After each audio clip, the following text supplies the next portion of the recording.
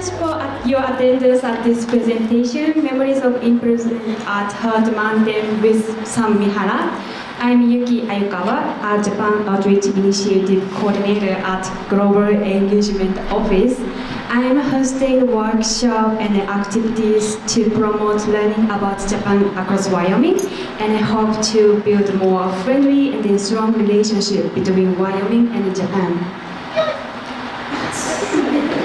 And first, I'd like to express our appreciation to our sponsors, to Global Engagement Office, Center for Global Studies, Department of History, Department of English, Department of Modern and Classical Language, American Heritage Center, and Wyoming Humanities. Thank you so much for your contribution. We are so honored to host this historically important presentation and so pleased to welcome Mr. Sam Mihara as our speaker. And now I will hand it over to Vice Provost of Global Engagement Office, Dr. Isadora Helfgott.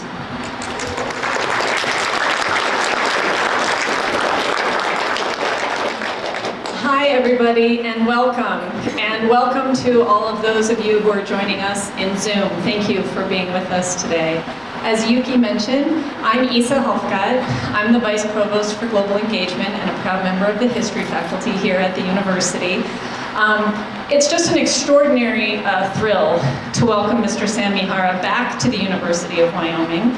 I previously was able to welcome him here in 2014, and part of the reason we moved the venue today, thank you all for your patience, is that last time he was here we literally had people crammed into all of the stairways over in the classroom building, so we expected, and I think we were right to think that we might have great attendance. I'm so pleased to see everybody here. A special welcome to the 6th and 7th grade students from the lab school. It's wonderful that you're able to take time from your classes to come and join us. So, it's my great pleasure to introduce the prime event today, Mr. Sam Mihara. Sam is a second-generation Japanese-American Nisei, born and raised in San Francisco, California. When World War II broke out, the United States government, using armed military guards, forced Sam, then aged 9 years old, so younger than our kids here from the lab school, and his family to leave their homes and move to the Hard Mountain, Wyoming prison camp.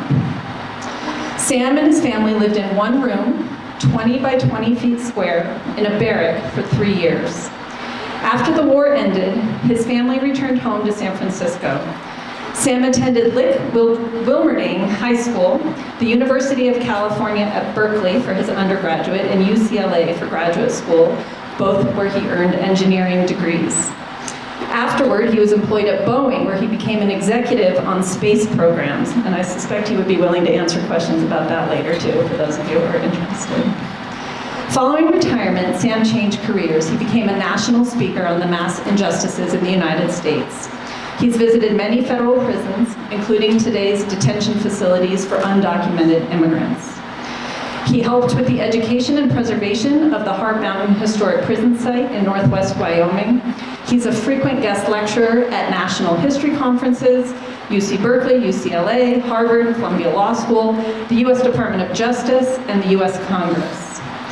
In 2018, Sam was selected as keynote speaker for the National Council on History Education Conference, which was held in San Antonio, Texas. During the conference, Sam was awarded the prestigious Paul Gagnon Prize as the History Educator of the Year, the first time for any Japanese American to win that award, and the first west of the Mississippi. With approximately 100,000 history teachers in the US, of whom many are in attendance today, this top award is a special honor. In August of 2022, he was awarded the Japanese American Citizen League's prestigious honor, the Biennium Award for Education. And I would really like to thank Yuki Ayukawa, where did you go, over there, who's here at the University of Wyoming last year and this year, at the largesse of the Japan Outreach Initiative, working with the Office and the Global Engagement Office to create all kinds of opportunities for engagement with the citizens of the state of Wyoming with Japan. That includes culture and history and business and really anything you can think of. I would love to invite anybody who's here in the audience who has an interest in Japan, in the history, in Heart Mountain, in Mr. Mihara's experiences, to reach out to Yuki or myself if you have ideas for other projects that we might use to build on this. And I believe that at the end of the presentation today, there will be books available, and we will have time for a question and answer period at the end of the talk. Dr. Caroline McCracken-Flesher is in the back of the room with a microphone. I was going to say microwave, that's not right. So if you have a question, if you could raise your hand, and then please, Caroline will bring you the microphone so everybody can hear it. So we have an extraordinary presentation today. That's all time I will take. Please join me in giving a warm welcome to Mr. Sam Mihara. Thank you.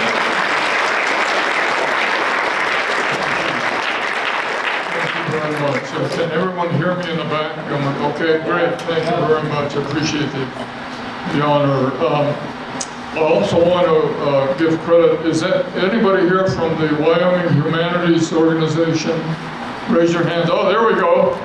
These people paid for my trip. I want to thank you. I appreciate that very much.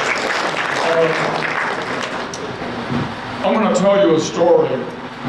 I call it Memories of Imprisonment of Heart Mountain. And I've given this talk over 500 times, people in this country and overseas. And I've found out that making it personal, talking about what I remember, showing photographs of things that I remember helps people to remember. So I'm going to be showing you a lot of photographs that came from our family, came from the government files, that I think will help you remember some of the things that are important. But I want to start the program with a very short video of no less than President George W. Bush. And this was a speech he made at a museum in Washington, D.C. a few years ago. And in that speech, in the first sentence, he made a statement that was very meaningful. Let's play it to see if it airs. Great nation does not hide its history. It faces its flaws and corrects them. A great nation does not hide history. Perfect example of a statement that it really is my theme. I want to talk about things that haven't been taught around the country. I've learned this topic is barely touched upon by most schools in the country, and so that's my purpose, is to try to reveal important things about the history of an event that took place in my life. The problem began a long time ago. This political cartoon came out in the media before I was born, before my father was born. Way back in the 1800s, here's this cartoon that has an Asian with a bloody knife in his mouth and a smoking gun. And he's standing over this woman he killed, a white woman. And that message is, the yellow terror threatens white women. The Asians didn't go around killing white women, but the purpose was to get hysteria going, get the readers all excited about the fact that these foreigners, these Asians, don't belong here. And that's how hate began in our country, especially for the Asians who came in. But I want to introduce you to my family. This is going to be real personal. And that's a photograph of my family. That's the Mihara family. That young, defiant brat with the folded arms, that's me. I was 8 years old, a little bit younger than you kids in the front. The teacher, I was a headache for my mother and the teachers, but that was me. My brother's next to me. My father's behind me. My mother is to the right, and Grandpa and Grandma Mihara are seated. The elder Miharas were the immigrants. They came from Japan looking for a better life for our family. And what they did, my grandfather and grandmother worked very hard to send my father to a really good college in Japan, and he majored in English. So his major was in English, and of course he's good at Japanese. And so with that skill, he found a job in San Francisco working for a newspaper, a bilingual newspaper. And his first job was to write English articles. And so that's how he got started. And he met my mother, they got married, I was born, my brother was born. We're American citizens by birth, and that's an important distinction I'll talk about in a moment. After Pearl Harbor, the December 7th attack, awful conditions, especially for people of Japanese ancestry living in this country, because we started seeing these kinds of cartoons. Here is a Japanese soldier with a bloody knife and a Nazi German soldier with his weapon, and they're encroaching over the continent of the United States. The caption says, "Our homes are in danger now." That really means it's the people of Japanese ancestry and German ancestry living in this country during the war. That's the problem, and that was the purpose of the cartoon, is to develop hysteria among the public. And so that was a real problem for people from Japan and Germany and Italy, because we were at war with all three. President Roosevelt made lots of good decisions. After all, he led this country in a war against three countries. But he made one huge mistake. And that mistake is what to do about the people of Japanese, German, Italian ancestry. What he decided was simply to let the military decide what to do. So he was urged to sign an executive order. That executive order, 9066, simply says, "I, the president, am giving the military the power to remove people." And he signed that on February 19, 1942. So who are the military who now has this power to remove people? Well, here's a map of the United States in 1942. It's a military map showing 5 districts or 5 zones in the country. In the east, there was an Eastern Defense Command. There was a Central Defense Command, which includes Wyoming. There was a Southern, there was a Western, and a Pacific, which includes Hawaii. So these 5 generals have the power to remove people. And it turns out 4 out of the 5 said no. 4 out of the 5 generals said, "I'm not going to do it." The 4 that said no included the Eastern, the Central. For example, in Wyoming, the general in charge of Wyoming said, "I'm not going to remove Japanese." And there were Japanese before the war. There were people living in Riverton, in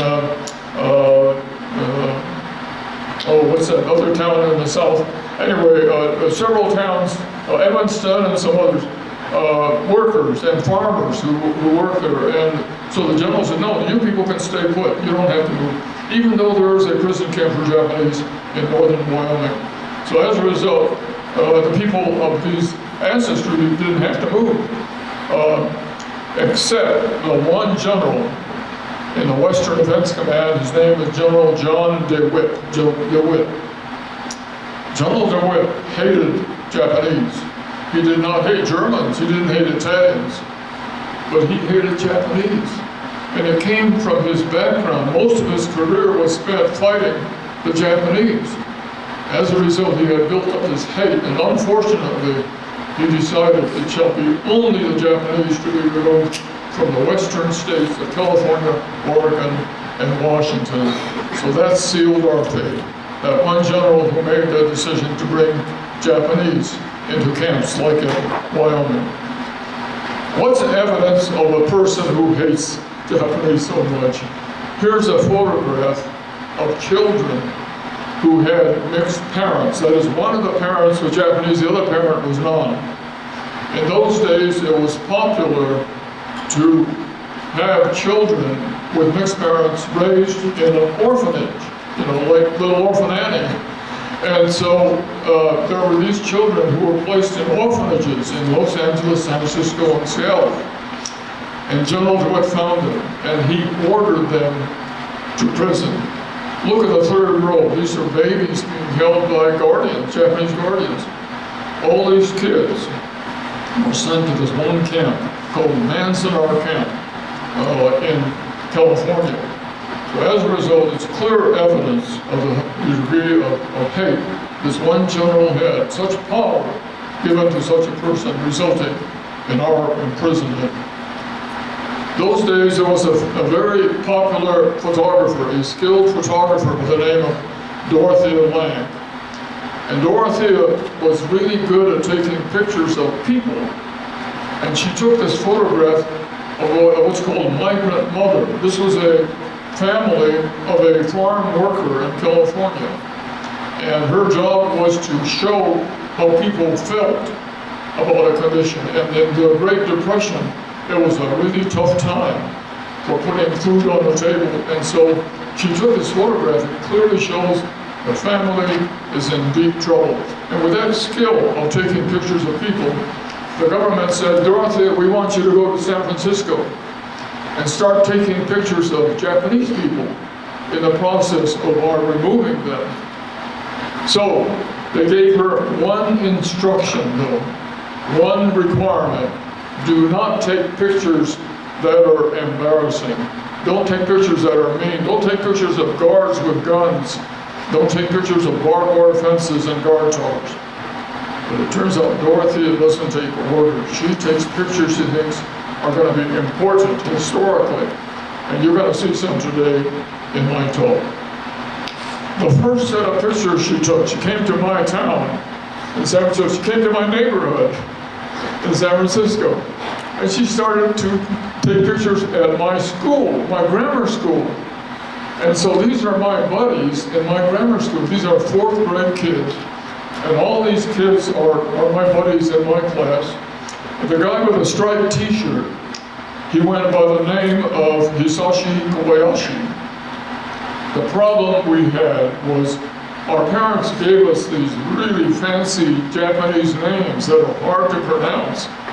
And if you're Japanese and you don't pronounce it right, it sounds bad. So we all adopted nicknames or abbreviation. In this case, Hisashi called himself Kobe, like the basketball player, so he became known as Kobe Kobayashi. And so I'll talk a little bit more about Kobe. He turned out to be quite different. These three fellows in the second row are also my buddies, Japanese Americans. The guy in the middle went by the name of Katsutoshi Ito. Katsutoshi is impossible to pronounce properly. And so his father said, oh, that was a mistake, I shouldn't have done that. And so he renamed him Willie. He became known as Willie Ito. And I'll talk a little bit more about Willie. He turned out to be a really different person. The most famous photograph that Dorothea took is this one here. It's a group of second grade, 7-year-old girls doing their morning Pledge of Allegiance. And what's significant photographically is to look at the facial expressions of all these girls. When they recite the pledge, and you know what it is, it says, I pledge allegiance, and they're trying to show that emotionally they have a strong allegiance to the United States of America. And that was a skill that Dorothea had, and that picture's been used in museums and books, and I'm going to come back to one of these girls in a moment. But you all remember, in that pledge, there's an important phrase that you should never forget. And it says, with liberty and justice for all. When an armed guard comes to your house and removes you and puts you straight into a prison, you've lost liberty and you've lost justice, because there was none. The most important requirement under the Constitution was violated. And we really felt strongly about that. After it was over, we complained because that was violated. And I'll talk about that in my speech. Dorothea kept taking more pictures. Here's a picture of the headline of the newspaper in my hometown, San Francisco Examiner. And it says, ouster of all, and then that awful 4-letter J word. I call it the J word because it's so demeaning after the way they use this in the media. But here, the newspaper is showing in her headline recommending a removal, ouster, of people of Japanese ancestry. Imagine the media is creating the hysteria in this case. Another example, this billboard went up a half a block from my house. And it says, bye-bye, and that awful J word. I mean, how would you like it if somebody put a billboard next to your house that said, bye-bye, whatever your racial or religious or other group is? That'd be awful. But it happened in my hometown in San Francisco in 1942. So Dorothea kept taking more pictures. Here's a family getting ready for the move. The children are wearing dog tags.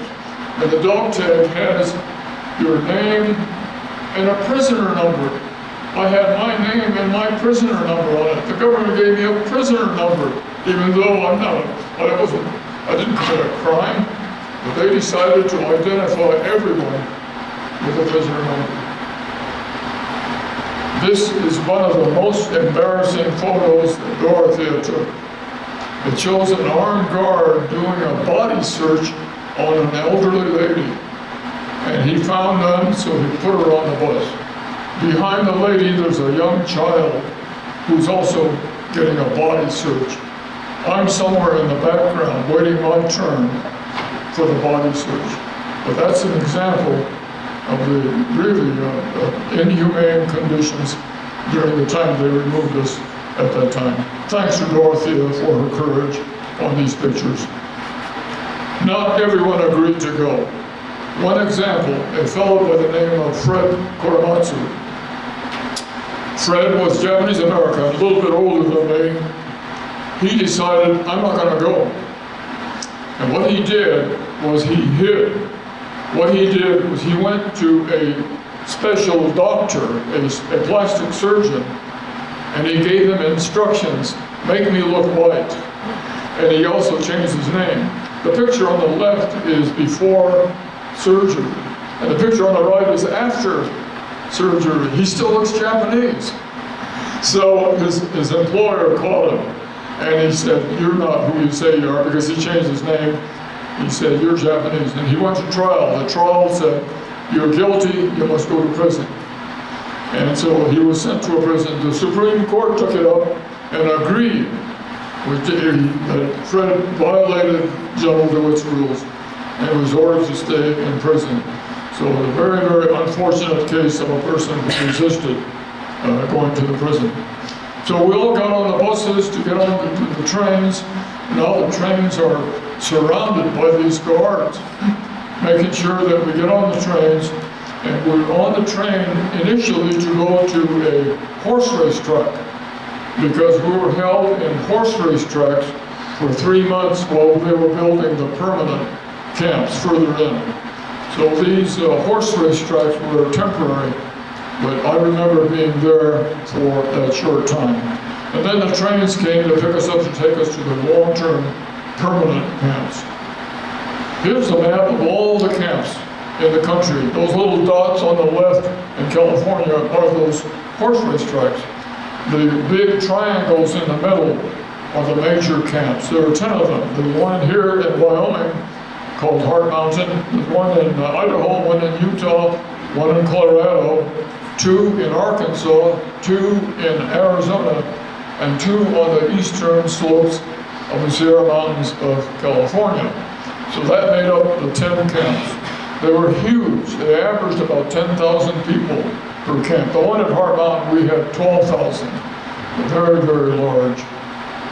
So where is Heart Mountain? Most of you know where it is because you're here in Wyoming, but most people I talk to never heard of Heart Mountain, so I have to explain to them. No, we were about 50 miles east of Yellowstone, between the town of Cody and Powell, and it was named after the mountain which exists there, and it was called Heart Mountain.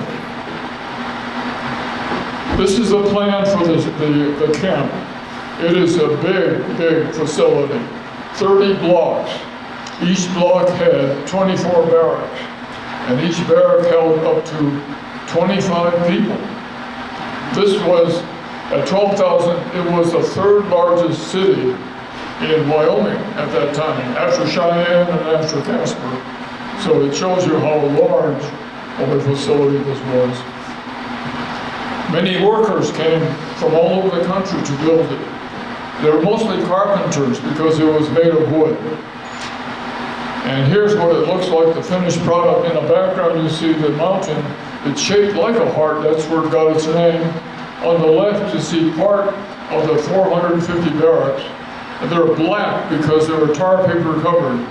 On the right side, you see the barbed wire fence and a guard tower. Here are more details of the security system. There's a guard with a 30 caliber rifle inside, on top of the guard tower.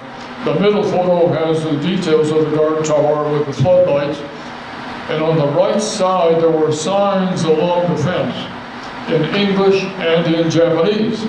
And it said, "Stop," for people of Japanese ancestry, because there's a sentry and he has orders to shoot if you try to cross the boundary. That's why no one escaped from Heart Mountain. That is on a permanent basis. No one escaped from Heart Mountain during the time that I was there. When I got there, the government gave me two numbers. Everybody got two numbers. The first number is my cell or room number. 14 is the block number, 22 is the barrack number, and C is the room within the barrack. The second number is my prisoner number, 26737D. I still have it today. There's a file on me in the National Archives, and there's a file on every one of the 120,000 people who were in the camp. This file is very important. It has some records. Every piece of paper that was generated while I was at Heart Mountain for 3 years. For example, it has my medical records, which I think was important to know. It also has my report card grades. And you're not going to see them. They were terrible.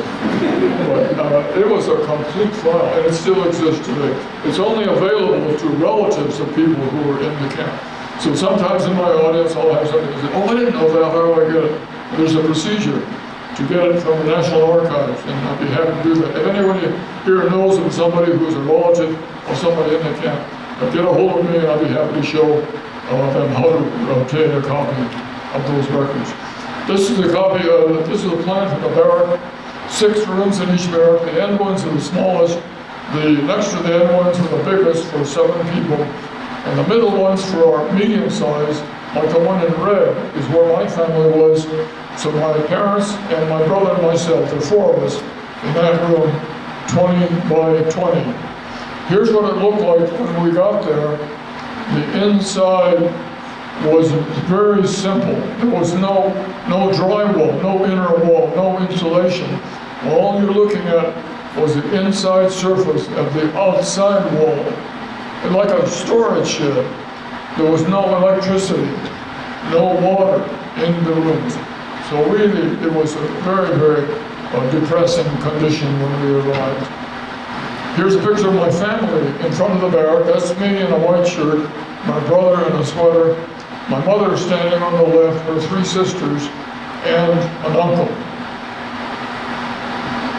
The toilets were embarrassing. If you can imagine 10 toilet bowls, I mean bowls, no seats, just bowls. And after meals, like after breakfast, there'll be a line of 100 people waiting their turn to sit on a bowl. And then you notice something strange. There's no partitions. And when it came time to do your business, 9 faces are watching you. I'll tell you, that's not easy, but we had no choice. And so we all learned to do it. That was really tough. We also had a problem in food at the start. This is the kind of food that the government gave us. There was bread on the plate, on the table. There was potatoes in front of the kid who's looking at you, and then the mother is eating a plate of pickled veggies. And in the pitcher, there was powdered milk. The problem is the Japanese in those days did not eat that kind of food. We love fresh veggies. We like rice. We like poultry. We like fresh eggs and milk. As a result, the farmers in the camp worked very hard to create farms of property that immediately surrounds the camp. And in 1 year of hard work, we're able to get the kind of fresh vegetables and other products that we really prefer. And that worked out very, very well. The winters were miserable. Now, I'm not sure where all you come from, but if you came from California, wearing California clothing, and they never told you you're going to Wyoming, it was terrible. That first winter was minus 28 degrees. And so it was not easy for us when we arrived. We had a hospital. All it was 17 barracks connected with a corridor. And the problem was the medical staff, because the medical staff had to come from the prisoner ranks, whoever was available who had some medical skills, mostly general practitioners. Our family had a lot of problems medically. For example, my father had a case called glaucoma of his eyes. Those of you who are familiar with glaucoma, if you don't get it treated, you can go blind. My father had glaucoma since college in Japan, and when he went to San Francisco, he found a specialist, a doctor, who knew how to take care of glaucoma.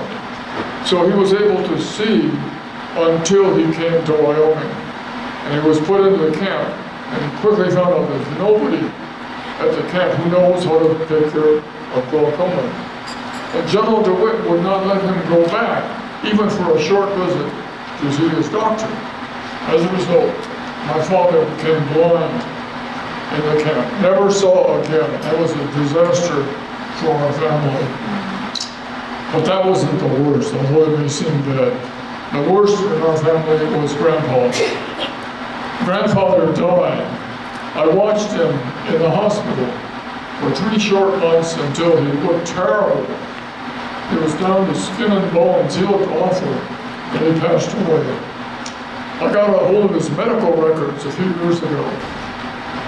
I could not believe what I was reading. The doctors thought he might have colon cancer. So they tried an experiment. They thought by denying him nutrition, that is food, it'll drive out the cancer. That was the theory. And the records show it. There was no intravenous feeding, no technique of feeding nutrients through your blood. There was, in fact, they gave him a laxative for cancer. So that told me a lot about the lack of quality medical care. And that was common throughout all the camps. I have heard stories of other people who had similar problems with specialty medical problems. So we unfortunately had a funeral and Grandpa passed away. Toward the end, there was an attorney in San Francisco, a white attorney specializing in civil rights. His name was James Purcell. He came to our rescue. He came and figured out a way we could get released before the end of the war.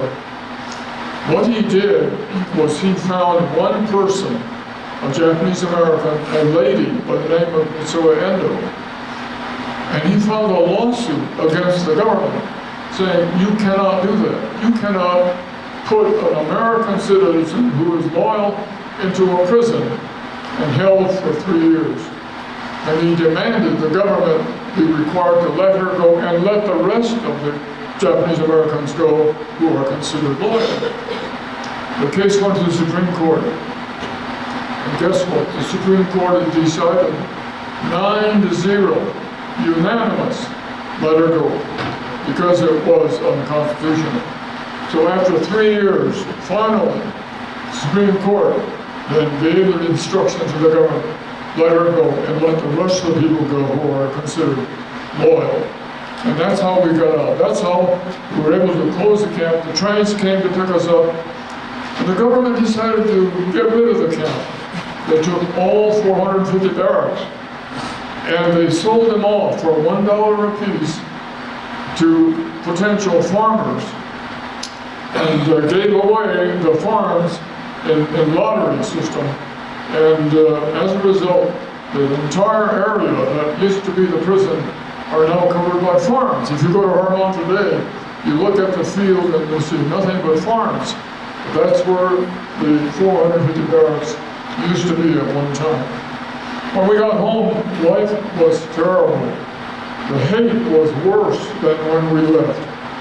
And we were greeted by these kinds of signs, and it says, keep moving, this is no longer your neighborhood, because you don't belong here. That was awful. And so our parents had a lot of problems. Our parents had trouble getting jobs, finding housing, and it was really a tough time for our parents at that time. When it was all over, we were not happy. Even though we got back home, we were not happy about what the government did. So we had a program called Redress. We wanted the government to do a right for a wrongful thing. And that included three objectives. The first was to restore our civil rights. The second is to get an apology, very simple statement, of an apology from the government. And the third is to get some money, because we lost a lot of money in that process. And that took 50 years of effort by a team of attorneys, making sure that the Congress and the White House can obtain this redress. Around that time, there was an exhibit at the museum called Smithsonian in Washington. Outside the exhibit, there was a picture of the poster girl. Inside the exhibit, there were pictures of families who were inside the prison, like this family here. You're looking at U.S. Army Sergeant Kaz Masuda in uniform. He came to say goodbye to his family. And then he joined 30,000 other Japanese Americans who fought for this country. And the sad part of this story is Sergeant Masuda died fighting for this country. At the same time, the whole family is still in a prison, created by the same government. So that photograph was sent to the White House. It got to the attention of no less than President Ronald Reagan, an arch Republican conservative president, but he realized now's the time for a change. And he signed a bill that came from Congress that said, gave the apology, gave the money, the things that we wanted. Very, very nice gesture from Reagan. 2 years after that, President George H.W. Bush, the first Bush, sent me a letter. And in that letter, it had the words, sincere apology, along with a small check to help pay. So that helped a lot, and we all enjoyed that. 2 years ago, President Biden made a speech on the occasion of the anniversary of Executive Order 9066, and he said, we reaffirm federal government's formal apology to the Japanese Americans. So here we have 3 presidents who have given their apology. So very, very nice gesture, and we really appreciate that. Today, Heart Mountain's still there, a beautiful mountain. If you go there, you'll see that Heart Mountain, you can't miss it. And we built something that is different than all the other camps. We built a school, we called it a learning center, but it's outside it looks like the barracks, but inside there's a series of schoolrooms. And we have buses, day-long buses who come up, and we give them a tour of the facilities so they become familiar with this. And we do this all year round. We have people coming from not only Wyoming, but Montana, other states, coming in for a day. And that's a good program that we hold. I remember going to Cody in the day that we built that new school, and I looked up and down the windows of the store in Cody looking for any signs of what the people think about today. And I saw these signs in every window. It said, welcome, Japanese Americans. No more slogans, no more derogatory words. A real friendly gesture, and I really appreciate that. And we all appreciated it when we came back at that time. I'm going to close out with a couple of snapshots of my buddies. I think you might enjoy what happened to my friends. Remember Kobe, with the striped t-shirt, Kobe, and many of my friends and I went to Berkeley. We went to university because our parents insisted we get the best education possible. And UC Berkeley was one of the better educational facilities that they could afford. And so Kobe became a pharmacist, and he did very well, successful as a career. Willie Ito is different. You won't believe what Willie did. He did not go to college. He wanted to be the world's best cartoon artist. And that's okay if you're really good. So he went to an art school, and he was hired by Walt Disney. And he did very well at Walt Disney. You may remember a film.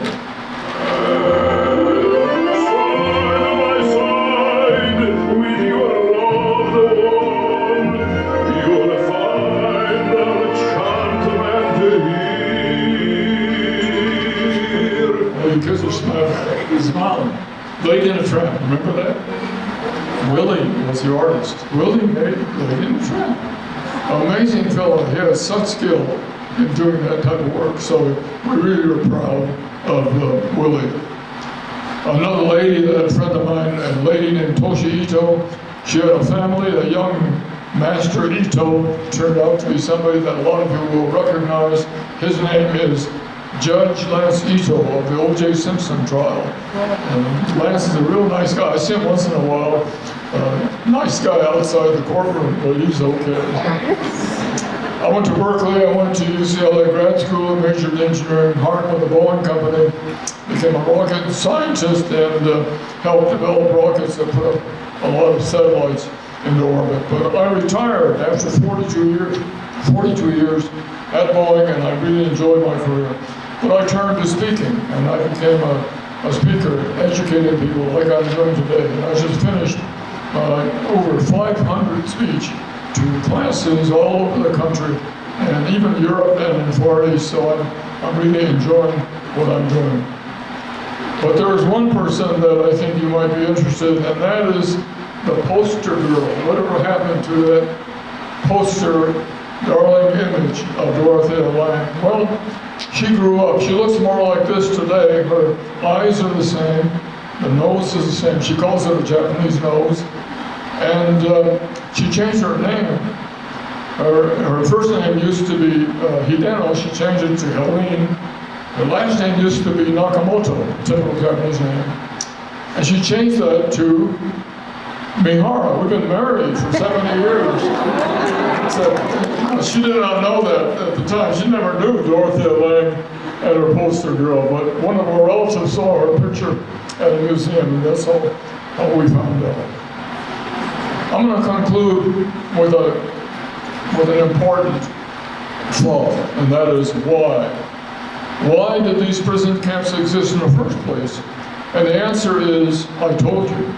Remember I told you about the racial hatred, the media, the headlines, and the billboards that spread hysteria. Remember that there are some people who have greed in their minds by offering literally pennies on the dollar for property. And that was a financial disaster for a lot of families. Most important, some leaders who failed to honor the most important document in our country, and that's the Constitution. And if there are leaders who have trying to get new offices and you find that they don't believe in it, I simply say you should ask and get some second thoughts, because it's the weak leadership who doesn't believe in the Constitution that could result in these kinds of mass injustices. But the point is, at one time it was almost Germans, it was almost Italians. More recently, it was almost Muslim Americans. You remember the case of Richard Reed, the shoe bomber. He tried to get on a plane with a bomb in his shoe, and he found out that he was a Muslim American. And so many people called for all Muslim Americans to be not allowed to fly. And there have been other cases in a similar vein. I've been to some of the prisons today for immigrant children, and I've come to the conclusion that they don't belong in these prisons. It's really an undesirable condition. So I simply say, it had happened to Japanese, and it could happen again someday to other people, unless everyone is on their guard. Another way to look at it, this could be your child, your son, looking at an armed guard, worried, where is he taking me? And this could be your daughter in the prison camp after 3 years, worried, when am I going to get out of here? And And this could be your son trying to climb out of the prison, not knowing there's a guard with a gun pointing at him. So I simply say never again to anyone, never again to anyone. Well, thank you. That's the end of my formal talk.